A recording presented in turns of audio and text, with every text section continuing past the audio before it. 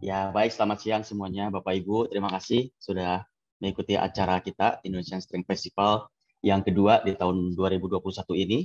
Dan Bapak Ibu tadi sejak jam 9, setengah 9 pagi sudah mendengarkan sharing dari semua pembicara-pembicara hebat. Izinkan saya sekarang men-sharingkan topik tentang happiness ya. Topik tentang happiness ini memang sekarang sedang naik daun atau sedang populer. Kita sekarang ada istilah yang baru. Kalau Bapak Ibu selama ini mendengarkan ada yang namanya GDP, Gross Domestic Product, sekarang ada yang namanya GNH, Gross National Happiness. Jadi setiap negara-negara pun sekarang mulai diukur bagaimana level atau tingkat happiness dari negara tersebut. Oke, izinkan saya selama 1 jam ini kurang lebih sharingkan tentang happiness kepada Bapak Ibu semuanya. Semoga nanti bisa bermanfaat dan inspirasi buat Bapak Ibu semuanya. Tapi sebelumnya izinkan saya memperkenalkan diri saya dulu, Bapak Ibu ya. Meskipun beberapa mungkin sudah kenal, tapi izinkan saya secara singkat memperkenalkan diri, karena tak kenal maka tak sayang, katanya demikian. Bapak Ibu, nama saya Andi Iskandar. Ini adalah nomor WA saya. Nanti kalau ada pertanyaan-pertanyaan dari sesi ini yang memang nanti kalau waktunya mepet, Bapak Ibu nanti bisa WA saya. Lalu ini adalah Instagram saya, buat Bapak Ibu yang berkenan. Boleh kita saling terkoneksi di Instagram ya, biar masih bisa update perkembangan-perkembangan dari diri kita masing-masing. Nanti saya akan fallback Bapak Ibu. Sekarang ini saya tinggal di Kota Bogor. Bapak Ibu, sekarang saya tinggal di Kota Bogor. Kota Bogor dari tadi pagi mendung, ya hujan pelan, gerimis, lalu mendung lagi, lalu hujan lagi. Bapak Ibu, saya lahir dan besar di Kota Sukabumi, sebuah kota kecil di daerah Jawa Barat, 3-4 jam dari Kota Bandung. Saya orang Sunda, ya, gitu. Lahir dan sampai SMA di Kota Sukabumi, lalu setelah itu berkuliah di Kota Bandung, tempatnya di Parahyangan. Saya ambil jurusan S1 saya adalah fisika, 4 tahun bolak-balik rumus, ya, secara apa Einstein, Newton, dan lain sebagainya. Lalu setelah itu saya sempat kerja di grupnya Astra sebagai orang IT, mengenai yang namanya SAP. Saya nggak lama, 4 tahun aja di grupnya Astra, saya lamanya sebagai konsultan manajemen di PT Star Performa. Di sini saya 10 tahun lebih sebagai konsultan manajemen. Lalu setelah itu, karena di sini saya jatuh cinta dengan dunia manajemen, saya ambil lagi S2 kuliah di manajemen di Jakarta, di namanya IPMI International Business School. Lalu setelah saya keluar dari Star Performa ini, saya sempat kerja di sawit, sempat kerja sebentar aja di perusahaan sawit, sempat kerja juga di sekolah ya, bukan sebagai gurunya tapi sebagai orang kantor pusatnya. Lalu setelah itu saya lama sebagai seorang freelance, dan 2019 bulan Januari saya memutuskan untuk join di BWI bersama dengan Pak Tanadi sampai saat ini. Jadi sudah hampir 3 tahun. Ini sedikit tentang perkembangan riwayat hidup saya, Bapak Ibu. Ini beberapa sertifikasi yang pernah saya ambil. Ini yang Gallup Certified Strength Coach yang saya ambil tahun lalu ya. Tahun lalu di sini bersama dengan Gallup, waktu itu pengajarnya dari Singapura ya. Lalu ini sekarang saya sedang ongoing mengikuti Certified Happiness Trainer dari yang namanya Dr. Tal Ben Sahar. Bapak Ibu yang gandung dengan dunia happiness atau mengikuti perkembangan positif psikologi, saya yakin nama ini bukan nama yang asing. Nah, ini saya masih on the way karena 1 tahun programnya, Bapak Ibu, kayak ngambil S2 lagi di bidang positif psikologi ya. Tapi sudah berjalan 6 bulan, semoga tahun depan bisa selesai.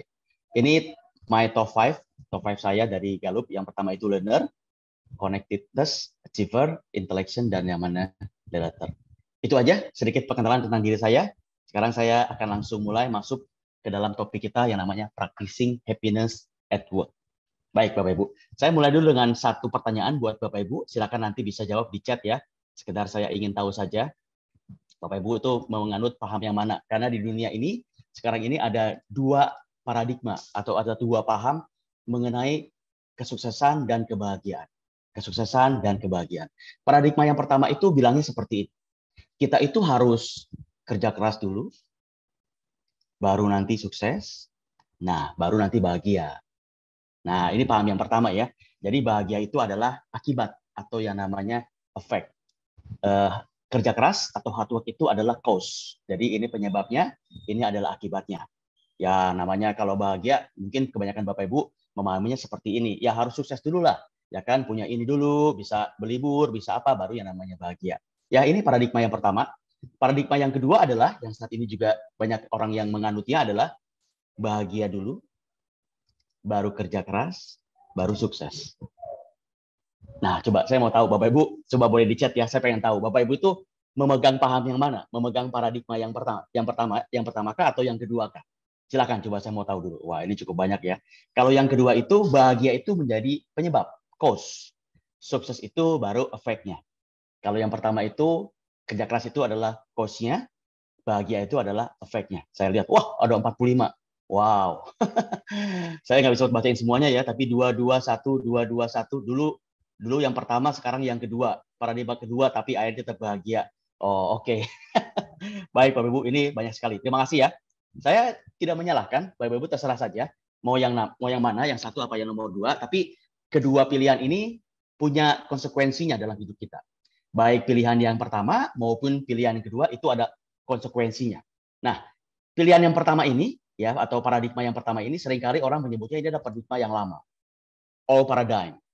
Ya kerja keras dulu dong, baru sukses dong, baru setelah itu bahagia. Kalau nggak sukses, kalau nggak punya ini, nggak punya itu, nggak bisa berlibur, nggak bisa kemana, ya mana mungkin bahagia lah, ya kan? Nah, ini paradigma yang lama. Ini saya bisa bicara panjang lebar kalau saya mau bedah ini secara lebih dalam. Ya terserah, kalau Bapak Ibu punya paradigma ini juga tidak apa-apa, saya tidak menyalahkan. Tapi paradigma ini punya konsekuensi dalam kehidupan kita. Paradigma yang baru yang sekarang banyak dianut, dan ini sebetulnya saya juga bisa tunjukkan banyak sekali bukti riset yang sekarang itu mendukung paradigma yang baru ini. Bahwa kebahagiaan itu adalah sumber dari kesuksesan, atau kebahagiaan itu adalah awal, cause. Yang namanya sukses itu adalah effect. Jadi bahagia dulu, baru kerja keras, baru sukses. Nah, ini paradigma yang baru. Nah, ini sebetulnya juga banyak data yang menunjukkan paradigma yang baru ini sebetulnya yang sekarang sedang populer, dan sekarang ini yang banyak dianut oleh atau didukung oleh para expert di bidang positif psikologis. Anyway, terserah Bapak Ibu mau yang mana, tapi kedua-kedua ini punya yang namanya konsekuensi. Tapi saya pribadi, saya akan fokus dulu ke topik kita, yaitu tentang bahagia. Ya, bahagia. Bahagia itu sebetulnya apa sih? Apa sih sebetulnya happiness itu? Ya, mungkin banyak secara orang awam kita akan bicara ya happiness itu adalah salah satu jenis emosi.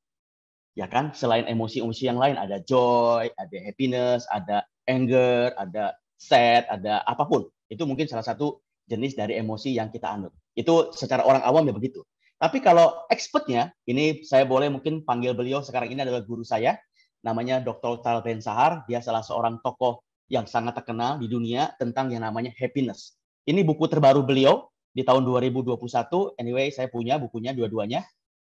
Ya tentang yang namanya happiness ini ya. Ini beberapa penelitian yang terbaru yang beliau sudah hasilkan. Sebetulnya beliau ini menghasilkan buku tentang happiness sudah cukup banyak.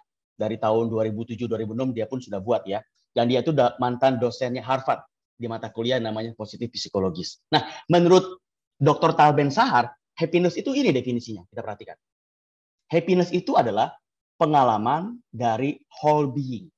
Ini agak sulit di bahasa Indonesia kan ya, tapi whole being. So, happiness is the experience of whole being, atau keutuhan, ya, keutuhan secara kemanusiaan. Ini agak susah di bahasa Indonesianya. Tapi dia bilang happiness itu adalah whole being. Nah, whole being itu apa sebetulnya? Whole being itu sebetulnya terdiri dari dua kata. Nah, kalau sudah dibedah ini mungkin Bapak Ibu akan lebih jelas. Whole being itu terdiri dari kata yang pertama namanya whole person. Jadi keutuhan manusia, whole person. Jadi kata whole yang pertama itu diambil dari whole person. Sementara being itu diambil dari well-being. Nah, jadi definisi happiness menurut Dr. Tal Ben Sahar itu adalah happiness is whole being. Dan whole being terdiri dari dua kata. Whole person, artinya manusia secara utuh, plus well-being. Nah, ini Bapak Ibu, kalau Bapak Ibu ikutin dunia psikologis atau happiness, ini pun istilah yang sedang sangat ngetren sekali di dunia ini, namanya well-being. Bahkan tadi Kanika juga sudah sebutkan di pagi hari ya, bahwa Gallup pun sekarang sedang banyak riset mengenai namanya well-being. Anyway, ini buku terakhir dari Gallup pun ngomongnya tentang well-being. Well-being at work gitu ya, well-being at work. Jadi memang topik well-being ini sangat erat kaitannya dengan yang namanya kebahagiaan atau happiness. Makanya Dr. Tal Ben Sahar mengaitkan definisi happiness dia itu adalah gabungan dari dua definisi ini, whole person dan well-being. Well-being juga agak sulit ya kalau di bahasa Indonesia kan. Saya tadi coba masuk ke Google Translate, well-being itu apa? Diterjemahkan Indonesianya bisa kesejahteraan, bisa juga kebahagiaan salah satunya. Tapi intinya adalah utuh, secara keutuhan, sebuah bagian dari kita sebagai manusia, dan manusianya yang sejahtera atau well-being. Nah, inilah definisi dari happiness. Ternyata tidak sesingkat, tidak sesederhana yang kita duga ya. Kita pikir happiness itu ya cuman one of the emotion saja, tapi ternyata enggak. Ya, ternyata adalah whole being. Nah, Dr. Tal Ben Sahar mengasosiasikan bahwa yang namanya whole being itu ke dalam sebuah konsep yang namanya itu adalah spire. Jadi happiness definisinya adalah whole being. Whole being dikonsepkan dalam sebuah anonim yang namanya itu SPIRE atau spire. Jadi kalau boleh diartikan, happiness adalah yang namanya spire. Gampangnya begitu, karena whole being sudah dikonversikan ke dalam konsep yang namanya spire. Spire itu apa? Spire itu singkatan, Bapak Ibu, anonim. S-nya itu adalah spiritual well-being, P-nya adalah physical well-being secara fisik, I-nya itu adalah intellectual well-being, ya jadi kesejahteraan kebahagiaan secara intelektual, R-nya itu adalah relational well-being, dan bisa nebak E-nya apa? Yes, emotional well-being. Jadi spire atau happiness itu adalah keutuhan kita sebagai manusia, di mana semua bagian dari kita ya itu adalah memiliki yang namanya well-being atau kedamaian atau kebahagiaan, baik secara spiritual, baik secara fisik, baik secara intelektual, baik secara relasional atau hubungan, baik secara yang namanya emosional atau emosi. Nah ini Bapak Ibu, konsepnya happiness dari Dr. Tal Ben Shahar yang terbaru itu ya spire ini. Nah, dia menganalogikan seperti ini. Jadi spire itu dia analogikan seperti sebuah cahaya matahari. Ya, misalkan ada cahaya matahari yang masuk ke dalam sebuah prisma, dan oleh prisma itu ditranslatekan atau disebarkan ke dalam cahaya-cahaya yang seperti ini. Jadi happiness itu adalah seperti satu cahaya yang kalau dibedah itu ada elemen-elemennya, yaitu 5 elemen tadi yang disingkat namanya spire. 5 elemen ini sebetulnya independen, yet interdependent. Jadi sebetulnya Bapak Ibu fokus kepada satu saja tidak apa-apa. Jadi ini semua tidak saling tergantung. Artinya kalau kita mau physical well-being, kita harus spiritual well-being dulu. Kalau kita mau intelektual, harus emosional. Enggak. Jadi Bapak Ibu bisa mengasah masing-masing dari poin-poin ini atau dari elemen-elemen ini. Tapi satu sama lain itu saling mempengaruhi. Jadi mandiri, tapi juga saling mempengaruhi.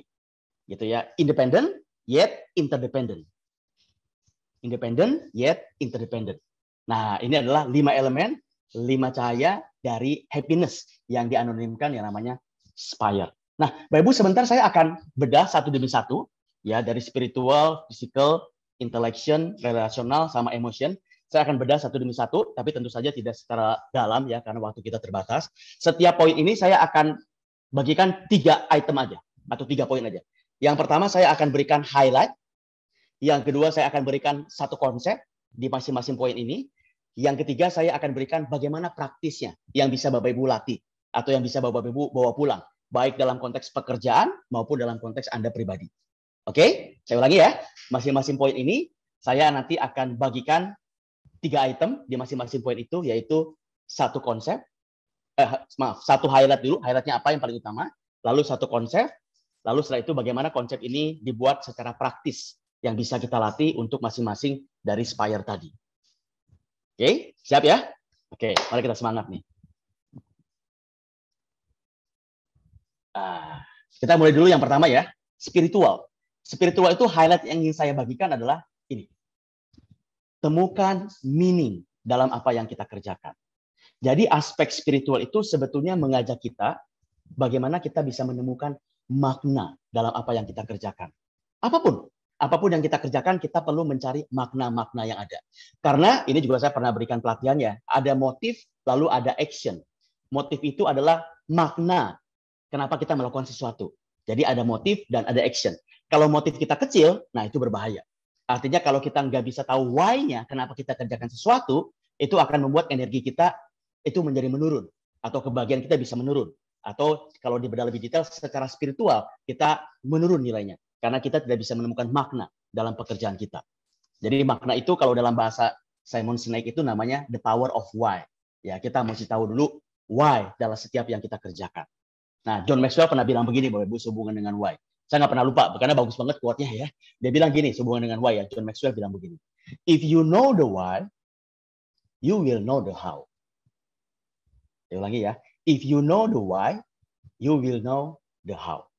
Nah, itu pentingnya sekali kita menemukan makna dalam apa yang kita kerjakan. Nah, sekarang saya akan fokus, karena setiap yang kita kerjakan, apapun itu, baik kita membuat laporan, baik kita sekedar ngantar anak istri ke mall, kita mesti tahu why-nya apa, meaning-nya apa di balik itu. Karena kalau enggak, saya misalkan sebagai suami, kalau disuruh nganter anak istri ke mall, saya sebetulnya agak males. Saya orangnya itu introvert. Ya, kalau bahasanya strength itu saya learner dan intellection. Saya lebih senang di rumah. Ya, mikir, baca buku, bikin konsep. Jadi kalau nganter anak istri ke mall itu rada males. Nah, kalau saya nggak punya makna, kenapa saya nganter anak istri saya ke mall, saya nanti di mallnya akan merasa jadi korban, yaitu ngomel-ngomel, mengeluh, komplain, apalagi kalau Sabtu Minggu. Tuh kan, mah, ya kan Sabtu Minggu mah gini kalau ke mall teh, macet, ya susah parkir dan segala macam. Saya akan ngomel-ngomel. Tapi kalau saya bisa menemukan makna, oh berarti saya nganter istri ke mall itu bukan cuma sekedar nganter doang, tapi ini kesempatan di mana saya bisa punya waktu yang berkualitas. Ya, Senin sampai Jumat udah sibuk, Sabtu Minggu buat keluarga, saya bisa menampingi istri saya belanja dan segala macam. Itu saya menemukan makna dari apa yang saya kerjakan. Jadi sebetulnya bisa kita bedah dari setiap apa yang kita kerjakan. Tapi saya akan fokus menemukan makna dalam pekerjaan kita. Ya, menemukan makna, fokus kepada apa yang kita kerjakan. Bapak Ibu, ini ada seorang profesor psikologi juga dari Yale University, namanya Dr. Profesor Amy, belakangnya agak sulit disebut. Ya, ini namanya rada sulit. Ya, saya sebut aja Profesor Amy dari Yale University. Dia bilang begini, bagaimana cara kita memandang pekerjaan itu akan menentukan bagaimana kita melakukan pekerjaan itu.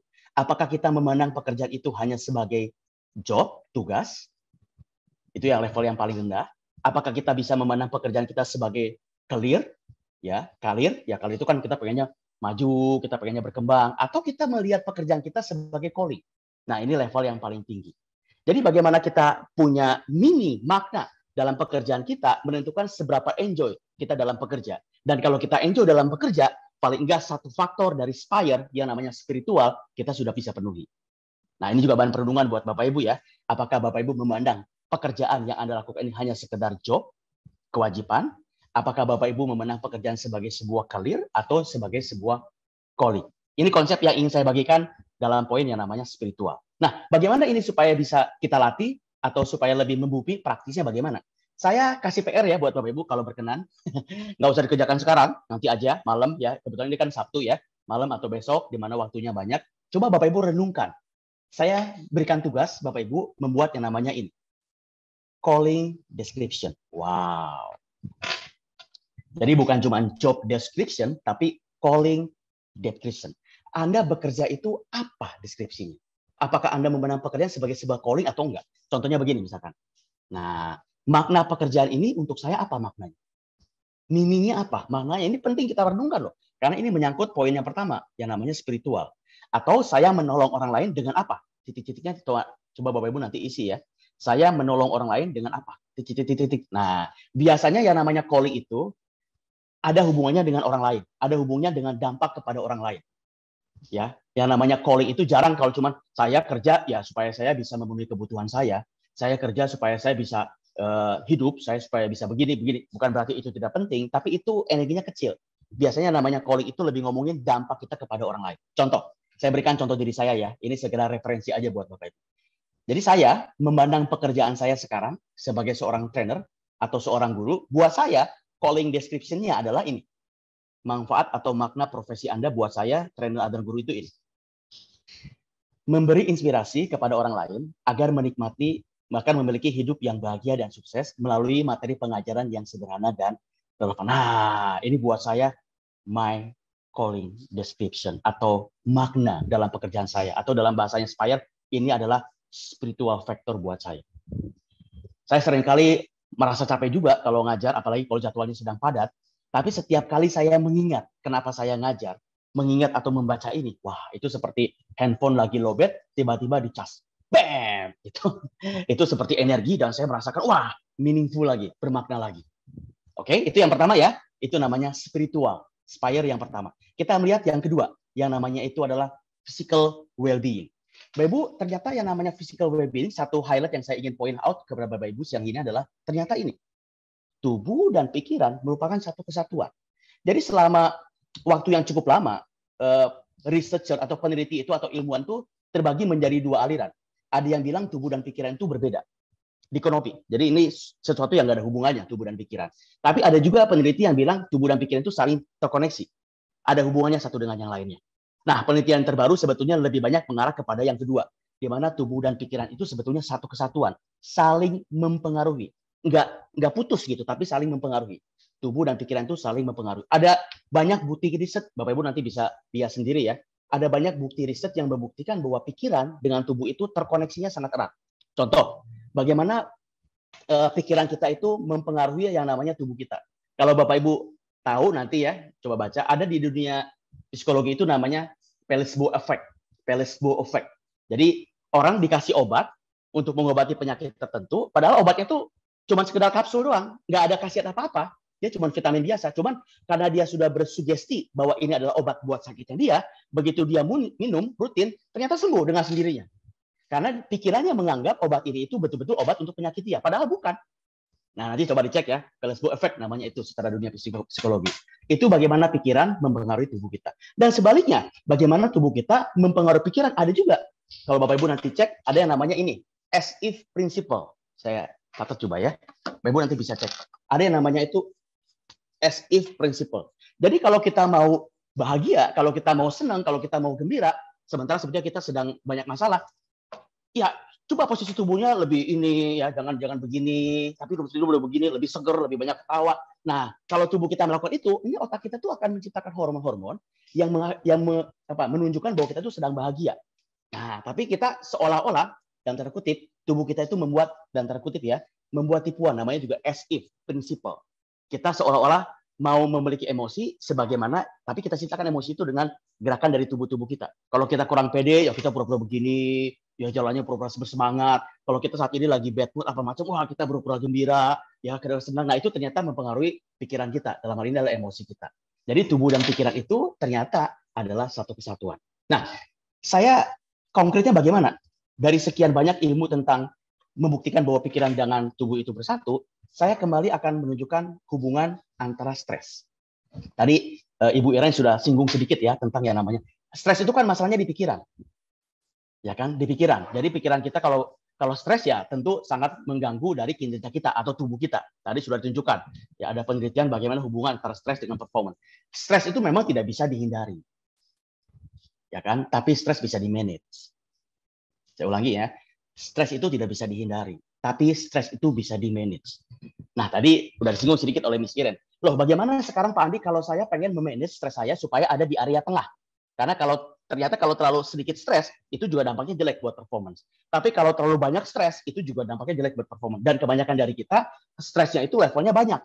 Ya kan? Apapun, entah kemacetan, entah memang pekerjaan banyak, atau begini, itu stresnya banyak sekali. Jadi jarang ada yang ke bawah, tapi lebih banyak stresnya itu yang ke atas, tingkatnya besar. Nah, lalu bagaimana kita bisa memanage stres kita supaya balik lagi ke level yang optimal? Jawabannya adalah yang tadi. Stres itu terjadi karena kita kurangnya recovery, pemulihan. Jadi kalau dalam dunia atlet, kalau Bapak Ibu dunia atlet angkat berat ya, jadi otot itu sebetulnya pada saat kita angkat berat, kita kan memberikan stres, which is okay. Tapi jangan terlalu banyak angkat berat. Artinya apa? Perlu diimbangi dengan istirahat. Jadi istirahat itu, jadi sebenarnya kita itu bukan terlalu banyak stres, bukan. Kita itu kurang recovery. So the key adalah recovery kita harus banyak, istirahat kita harus banyak untuk bisa memanage stresnya ada di level optimal.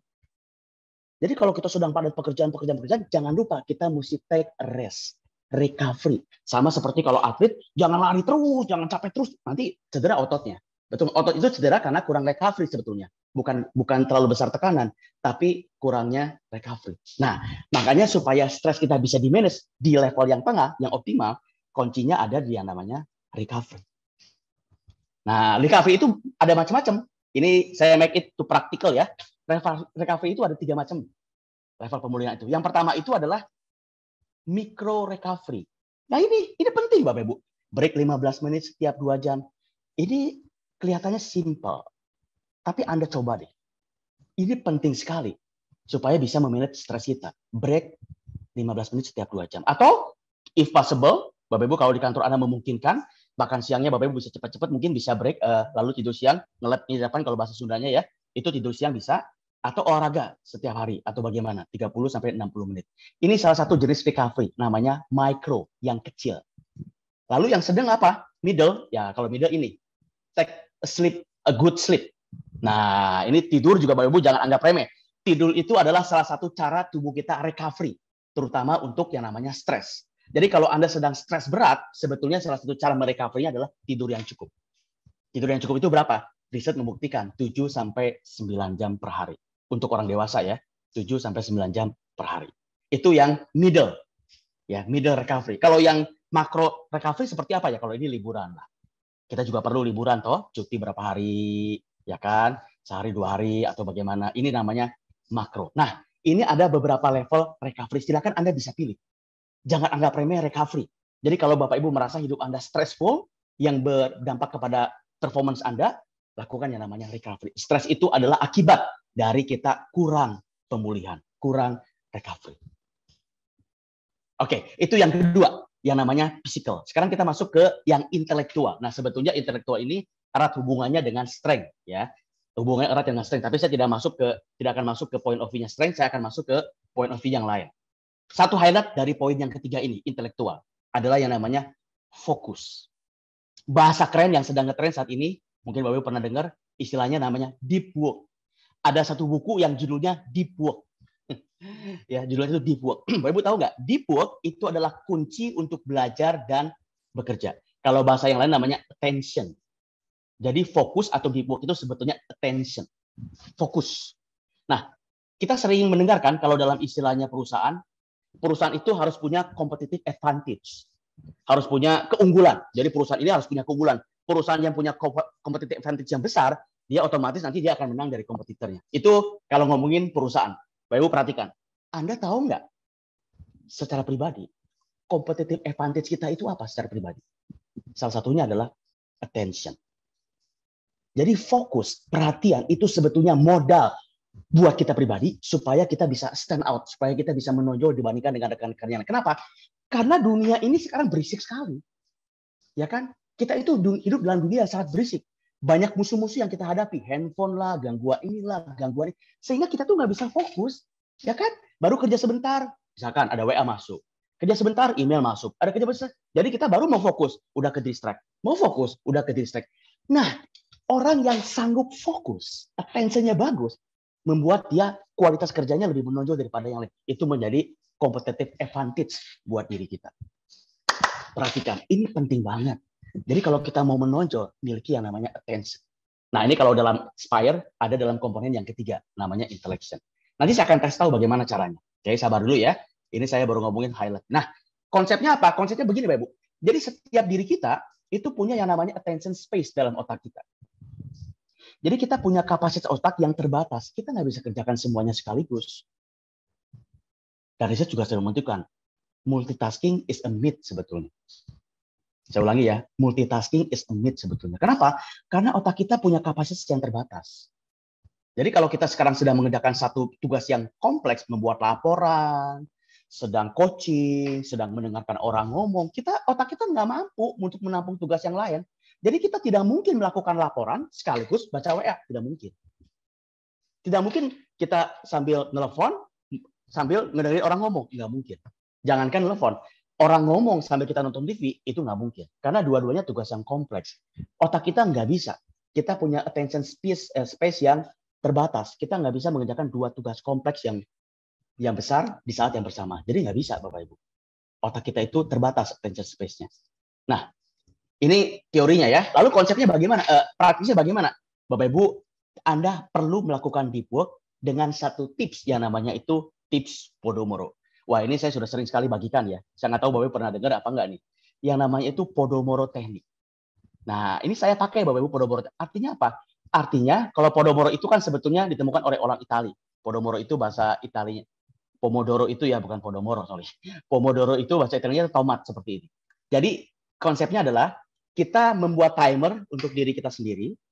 Dalam selang itu kita nggak boleh diganggu. Atau kita jangan lihat handphone kita segala macam, jangan. Saya sendiri melakukan itu. Saya punya timer. Bukan Pomodoro ini, tapi timer biasa aja. Saya setting kalau konsepnya 25 menit. Kalau Pomodoro itu. Jadi 25 menit Anda fokus. Jangan lihat yang lain, fokus. Oke, setelah nah, baru Anda bisa jalan sedikit, lihat handphone sebentar, jangan lama-lama, fokus lagi 25 menit. Jangan lakukan apa-apa, betul-betul fokus. Attention selama 25 menit full. Kalau saya udah modifikasi, saya nggak 25 menit karena buat saya kayaknya terlalu sebentar. Saya 45 menit. Jadi saya timernya 45 menit. Nah, 45 menit itu saya fokus. Handphone saya simpan dulu. Ya. WA-nya saya silent segala macam, kecuali kalau ada telepon ya, itu mungkin ada hal yang urgent. Tapi kalau enggak, saya nggak ngapa-ngapain dulu, saya betul-betul entah baca buku, bikin konsep, apapun segala macam, 45 menit. Nanti begitu tutut tutut tutut. Nah, baru saya lihat handphone sebentar, jalan-jalan sebentar, istirahat sebentar, balik lagi, bikin lagi Pomodoro. Itu namanya tips. Anda bisa lakukan, coba lakukan. Itu namanya deep work. Aspek ketiga dari elemen ketiga dari namanya supaya dalam hal intellection, deep work. Oke. Bakso Pak Ahmad. Ya, itu juga enak ya bakso, tapi ini Pomodoro, tomat, Pak Ahmad. Oke, saya lanjut dulu ya. Kita masuk lagi ke elemen yang keempat, namanya itu relasional atau hubungan. Nah, Bapak Ibu, di dunia ini banyak tokoh-tokoh happiness ya. Ada yang namanya Sonya Liberdeski, ada yang namanya Dr. Tal Ben Sahar, ada yang namanya banyak. Nah, kebanyakan tokoh-tokoh dari dunia happiness sepakat. Jadi kalau mereka ditanya dari faktor-faktor ini, elemen-elemen bukan yang lain tidak penting ya, tapi dari faktor-faktor ini mana yang menjadi kontributor nomor satu kepada kebahagiaan kita? Mana yang menjadi kontributor nomor satu? Semuanya berkontribusi, semuanya penting. Tapi kalau mereka disuruh pilih dari 5 ini atau dari faktor-faktor yang lain, mana yang menjadi kontributor yang paling besar untuk kebahagiaan? Mereka semua bilang begini. Hubungan, relationship, adalah prediktor nomor satu untuk happiness. Jadi memiliki hubungan, ya baik dengan keluarga, ya skop yang terkecil, maupun teman-teman kita, sahabat-sahabat baik kita, itu adalah sumber kebahagiaan yang paling besar yang bisa kita raih. Relationship, karena bagaimanapun kita makhluk sosial, baik di kantor, bahkan tadi kalau Bapak Ibu perhatikan ya, waktu Kanika tadi bilang ada Q-Telef, 12 pertanyaan, salah satu pertanyaannya kalau nggak salah nomor 8, itu dibilang begini, apakah Anda punya sahabat baik di kantor? Do you have a best friend atau a good friend in work? Itu penting, itu salah satu pertanyaannya loh. Padahal kalau kita pikirkan, ngapain yang begituan ditanyain ya? Oh, karena itu berpengaruh kepada level engagement dari karyawan. Ya kan kalau kita nggak punya teman baik di kantor, kita nggak akan bisa betah di sana. Kita nggak akan bisa enjoy di sana. Meskipun mungkin kerjaannya kita oke. Tapi ya kalau kita nggak punya hubungan apa-apa, kita hanya sudah kerja, itu akan membuat karyawan kita menjadi tidak betah. Makanya salah satu pertanyaan dari Q-Telef yang dipandang sangat penting adalah, apakah Anda punya teman baik di kantor? Nah ini, karena hubungan itu adalah prediktor nomor satu untuk happiness. Ini highlight-nya. Nah, konsepnya bagaimana? Bagaimana kita supaya bisa kita menjalin hubungan dengan baik atau relationship yang baik, itu modal kita sebagai pribadi apa? Ada dua, Bapak Ibu. Yang pertama itu kalau kita mau jadi orang yang bisa punya hubungan yang baik dengan siapapun, yang pertama modalnya adalah to be authentic. Be yourself, to be authentic. Jadi nggak usah pakai topeng, wah gue gini, ya just be yourself. Namanya juga sama temen kan. Saya juga kalau sama temen mungkin ya bajunya juga seadanya, ngomong juga seadanya. Ya namanya juga sama temen, kita bisa ngomong apa aja ya kan, dari aspek yang pribadi mungkin sampai aspek yang umum. Tapi ya sama temen kita be yourself, bebas. Beda kalau saya mesti training segala macam ya, mungkin bajunya mesti rapi, rambutnya mesti begini, atau ngomongnya bahasanya mesti lebih formal. Tapi sama temen ya gua elu gimana. Be authentic, be yourself. Itu satu. Yang kedua, jadilah orang yang selalu positivity. Artinya ya kita bisa berempati sama teman. Dan kalau teman berhasil, kita puji dia, ya, make a compliment, ya, memberikan pujian, memberi apa? Be a positive person. Orang akan senang menjalin hubungan dengan orang-orang yang positif. Orang kurang suka meskipun dia sahabat kita, teman kita, kalau dia orangnya itu negatif. Nah, ini dua modal penting yang perlu Bapak Ibu dapatkan atau Bapak Ibu perlu miliki kalau Bapak Ibu pengen punya hubungan yang lebih baik, baik untuk keluarga maupun untuk teman-teman Anda. Be authentic, sama yang namanya be a positivity person, positive person. Nah, lalu bagaimana ini supaya kita bisa praktekkan? Nah, ini Bapak Ibu. Jadwalkan deep relationship secara rutin dengan keluarga maupun teman. Kita terus terang, saya juga ini challenging ya, apalagi dalam masa COVID seperti ini. Kita punya teman baik, tapi kita nggak pernah buat jadwal yang rutin. Entah sebulan sekali, ya kalau dengan teman kantor kan setiap kerja mungkin ketemu ya, di luar kantor maksudnya, atau dengan teman kantor tapi sebulan sekali pergi kemana, nonton bareng kah, makan malam bareng kah, gitu ya. Tapi buat teman-teman yang di luar kantor, kita perlu buatin jadwal. Ya, jadwal. Maksudnya ketemu ya, hangout bareng-bareng dimanapun. Kalau tidak memungkinkan ya lewat Zoom, nggak apa-apa. Saya juga punya komunitas yang rutin selama pandemik ini ya ketemunya lewat Zoom. Daripada nggak ada, itu pun masih lebih mending daripada kita nggak ada. Tapi itu pun bermanfaat. Jadi kalau nggak memungkinkan pergi, karena kondisi seperti sekarang ini, ya kita lewat Zoom. Tapi dijadwalkan rutin. Wah, tapi teman-teman saya nggak bisa seperti itu, Pak. Nggak ada yang arrange there. kenapa nggak Bapak Ibu yang menjadi pendorongnya? Kenapa nggak Bapak Ibu yang provokatornya dalam tanda kutip? Ketemuan yuk, kita hangout yuk. Ya Bapak Ibu yang market lah. Bapak Ibu juga yang membuat jadwalnya. Kita kalau hari ini begini, gini. Lalu dijadwalkan secara rutin. Nah, itu penting banget untuk mendongkrak kebahagiaan kita. Yang namanya itu relationship. Jangan lupa loh, ini number one predictor untuk kita punya kebahagiaan. Yang namanya relationship. Oke, itu R ya. Yang terakhir, namanya itu E, emotional well-being. Nah, ini bagus nih ya, Bapak Ibu perhatikan, emosional.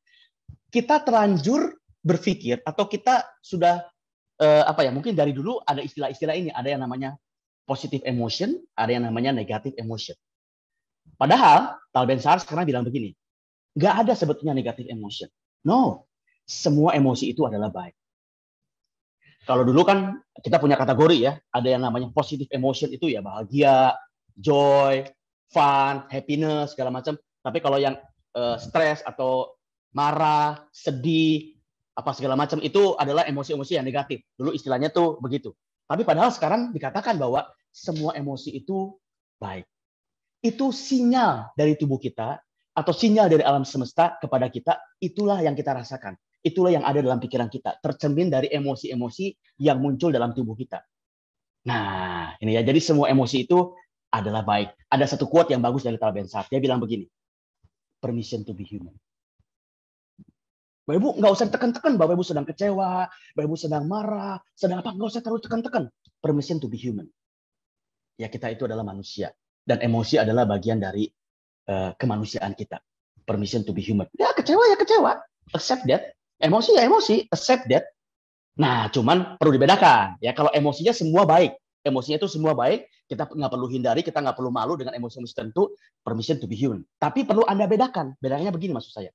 Nah, yang perlu Anda bedakan adalah emosi dengan behavior. Itu dua hal yang berbeda. Jadi seringkali gara-gara emosi kita mungkin sekarang sedang marah, behavior kita ini ya mukul meja, mengucapkan kata-kata yang kotor, kata-kata yang kasar. Jadi ini dua hal yang berbeda. Emotion dengan behavior itu dua hal yang berbeda. Yang perlu kita kontrol behavior. Ini yang perlu kita adjust, yang perlu kita manage. Tapi emosi jangan kita tekan-tekan. Permission to be human. Terima dia.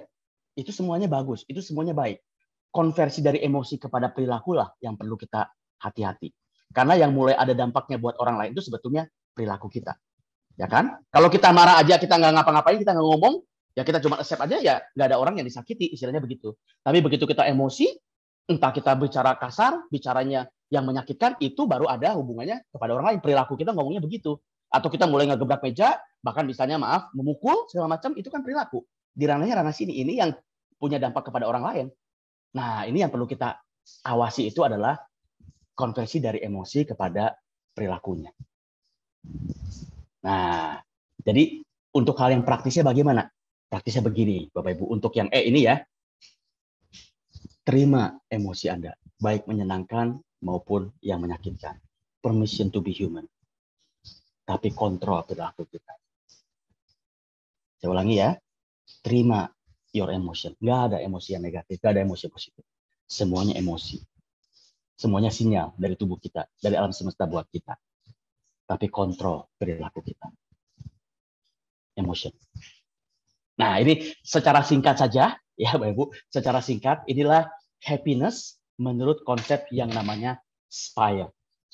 Spiritual well-being, physical well-being, intellectual well-being, relational well-being, dan yang namanya emotional well-being. Oke, sebelum saya nanti tanya-jawab, mungkin udah banyak pertanyaan ya, nanti saya akan lihat. Tapi sebelum masuk ke sana, saya pengen Bapak Ibu, coba di rumah ya, di rumah, saya punya yang namanya SPIRE scoring. Jadi mencoba mengskor, mencoba mengassess, mini assessment buat Anda, tapi berdasarkan SPIRE ini ya, spiritual, physical, intellectual, relational, sama emotion. Coba, Bapak Ibu ambil sebuah kertas, lalu alat tulis, kalau boleh, coba saya tunggu ya. Ambil kertas kosong, yang kecil boleh, yang gede boleh, dan alat tulis pulpen, pensil boleh.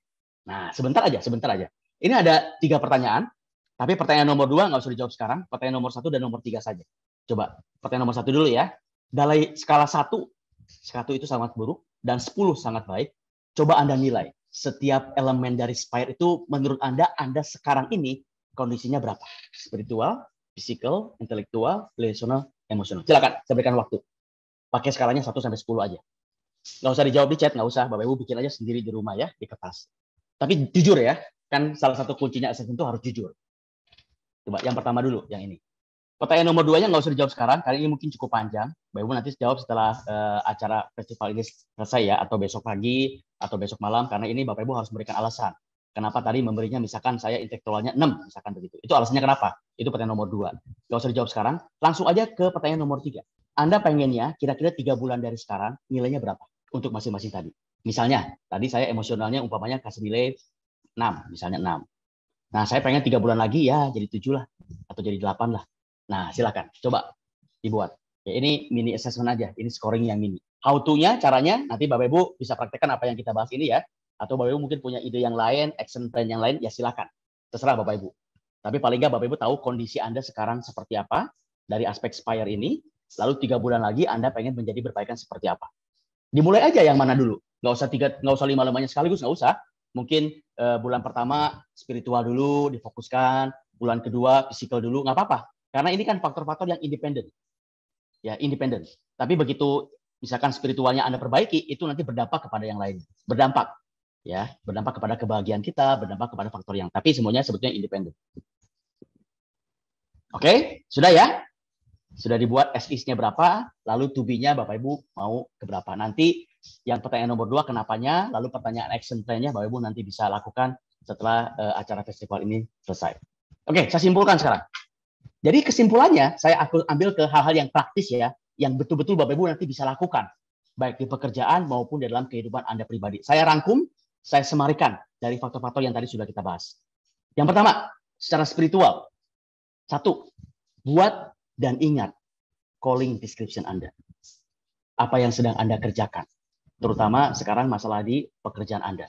What is your calling at work? Bagaimana Anda memandang pekerjaan Anda itu seperti apa? Maknanya apa? 1 itu, secara praktis ya. Lalu physical. Lakukan pemulihan, recovery secara teratur dan berkualitas. Baik yang mikro, baik yang medium, maupun yang makro. Ya, kalau makro liburan mungkin sulit sekarang, fokuslah kepada yang mikro dan fokuslah kepada yang medium. Jangan anggap remeh recovery itu. Anda stres bukan karena tekanan terlalu besar mungkin, tapi Anda yang kurang pemulihan. Lalu I, lakukan fokus deep work dalam bekerja dengan disiplin. Ingat, prinsip yang namanya Pomodoro. Membuat selang waktu tertentu di mana Anda fokus melakukan apa yang Anda kerjakan tanpa diganggu apapun. Ya, setelah waktu itu selesai, baru boleh lihat segala macam, tapi fokus lagi. Nah, itu secara rutin ada interval-intervalnya. Lalu yang R, jadwalkan hubungan yang berkualitas, deep relationship secara teratur. Coba buat jadwal.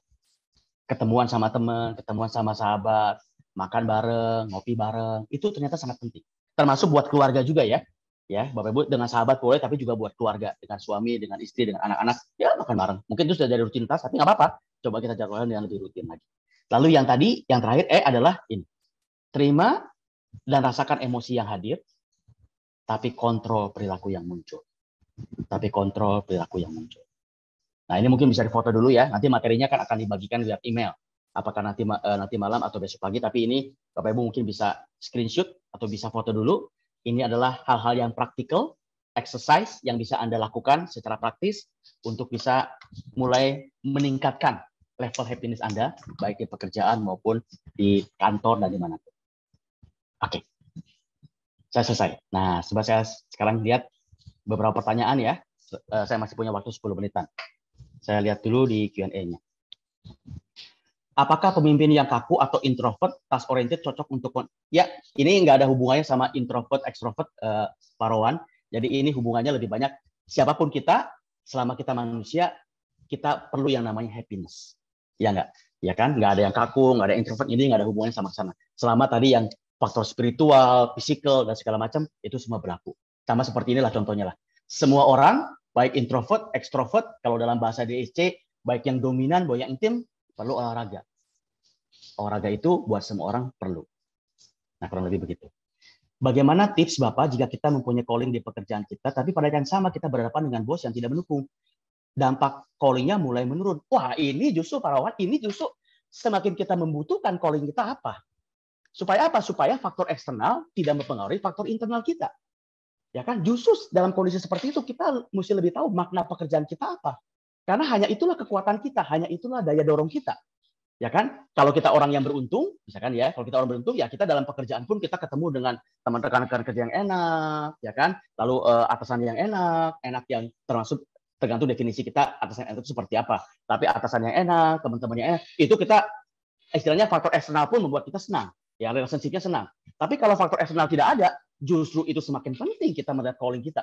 Calling yang justru akan menyelamatkan kita. Setiap hari bangun tidur ke kantor itu menyenangkan. Kalau udah suasana kantor nggak enak, lalu kita nggak punya calling, saya jamin salah satu ciri-cirinya adalah setiap bangun tidur, mau ke kantor, pasti malas sekali. Khususnya hari Senin pagi. Jadi menurut saya itu semakin penting. Itu justru semakin mengingatkan kita bahwa saya kerja itu apa maknanya. Ya, apa maknanya? Kita kerja bukan semata-mata buat kantor kita saja. Kita kerja bukan semata-mata buat atasan saja. Kita bekerja itu untuk orang banyak. Untuk dampaknya kepada orang lain. Nah, itu menurut saya justru lebih makin dibutuhkan ya kalau dalam kondisi seperti ini. Bagaimana cara menanggapi teman kantor yang kurang baik atau toksik? Kita jangan seperti itu. Ingat, emotion dengan yang namanya behavior. Kalau kita tahu ada orang yang seperti itu, kita perlu sadar, saya nggak mau jadi orang yang seperti itu. Tetaplah menjadi orang baik.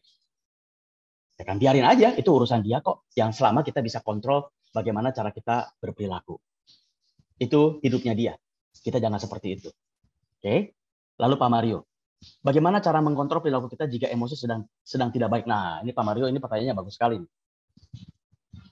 Pak Mario itu perilaku emosi sedang, nah ini Pak Mario, saya mungkin agak cukup panjang di pertanyaan Pak Mario ya. Jadi tadi saya sudah jelaskan bahwa permission to be human. Jadi emosi kita muncul. Tadi yang Pak Mario spesifikkan emosinya itu adalah emosi yang, coba saya lihat tadi. Emosi itu maksudnya sedang marah ya.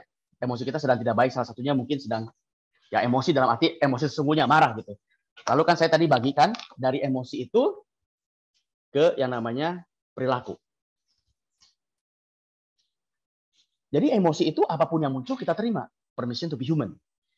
Perilaku yang mesti kita kontrol. Nah pertanyaannya tadi Pak Mario bilang, dari emosi menuju perilaku, bagaimana tipsnya supaya emosi waktu kita marah, kita tidak mengeluarkan kata-kata yang kasar, atau mungkin kita, maaf nih, kalau lagi emosi banget kan mungkin kita kalau di jalanan ya, mobil kita dipepet emosi kan, kita jangan bisa berantem.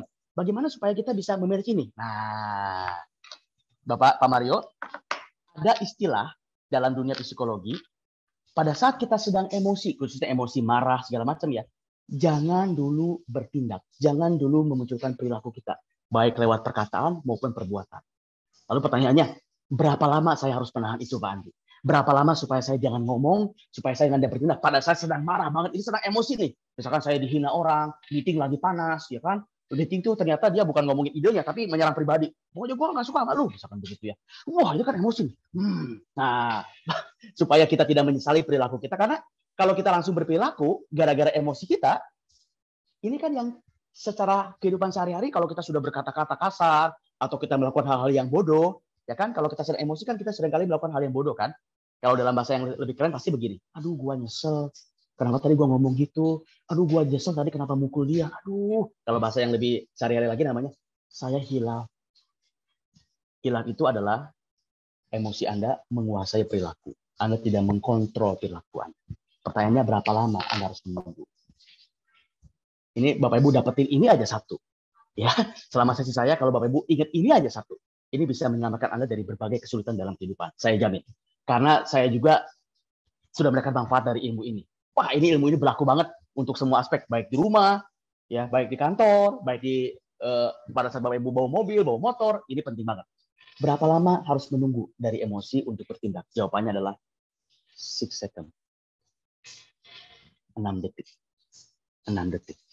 Makanya ada di dunia itu nama lembaga secara EQ ya, emotional quotient itu ada lembaga di dunia itu namanya 6 second. 6 detik. Jadi kalau Anda sedang emosi, khususnya emosi sedang marah, emosi marah itu kan satu-satunya emosi yang bisa meledak, berdampak kepada orang lain. Kalau emosi sedih kan kita cenderung kali menyendiri ya. Sedih, stres, ya paling kita nangis, ya sendiri aja. Senang juga kita happy. Tapi kalau emosi, nah itu maksudnya marah. Marah itu hati-hati karena bisa dampak kepada orang lain. Itu 6 detik. Jadi waktu Anda sedang diserempet kah, waktu Anda sedang emosi kah, jangan ngomong apa-apa, jangan bertindak apa-apa dulu, lakukan ini. Nah, kenapa begitu? Karena secara otak, ini saya nambahin tadi Ibu Iren, secara otak, begitu kita emosi, itu ada bagian otak kita namanya, semoga tulisnya benar ya, tapi ini amigdala, ini, bagian emosi kita.